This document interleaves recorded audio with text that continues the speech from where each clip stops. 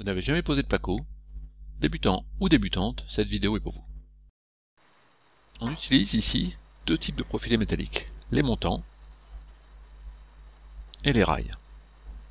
Les montants ont des petits rebords de chaque côté. On les utilise pour la construction de structures métalliques en y insérant les calquinooks. Les rails sont utilisés sur les surfaces horizontales, sol ou plafond. Les profilés sont très faciles à découper. On commence par tracer à l'aide d'une équerre et un marqueur l'endroit de la coupe. Pour la découpe, on utilise une cisaille à tôle. On commence par couper un flanc du montant métallique, puis le flanc opposé, et après on peut plier le rail de façon à le découper complètement.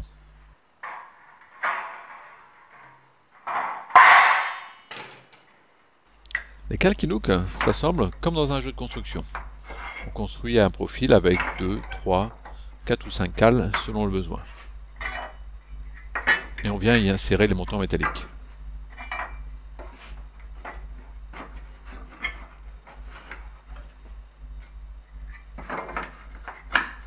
L'avantage, c'est que les angles sont parfaitement droits.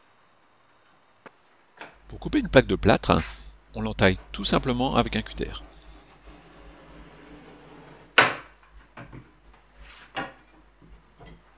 On la retourne et on casse à l'endroit du coup de cutter. Puis on coupe la partie cartonnée restante. Voilà pour les bases. Nous allons maintenant réaliser une petite construction.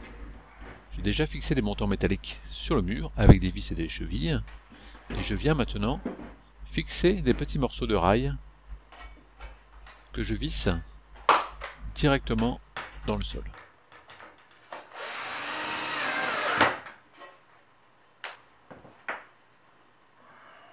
Je viens maintenant installer une petite calquinook à chaque intersection des montants.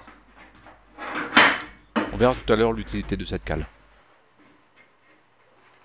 A l'aide d'une pince à sertir, je viens sertir les montants verticaux sur les rails horizontaux.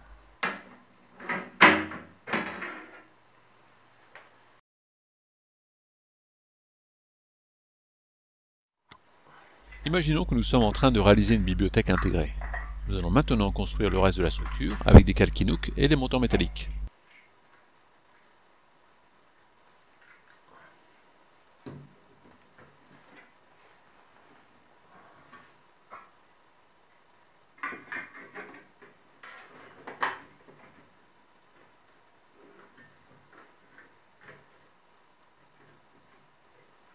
C'est simple comme un jeu de construction. Maintenant que la structure est montée, nous allons la mettre bien de niveau et la bloquer avec un petit rail métallique que je viens sertir sur le montant vertical de chaque intersection.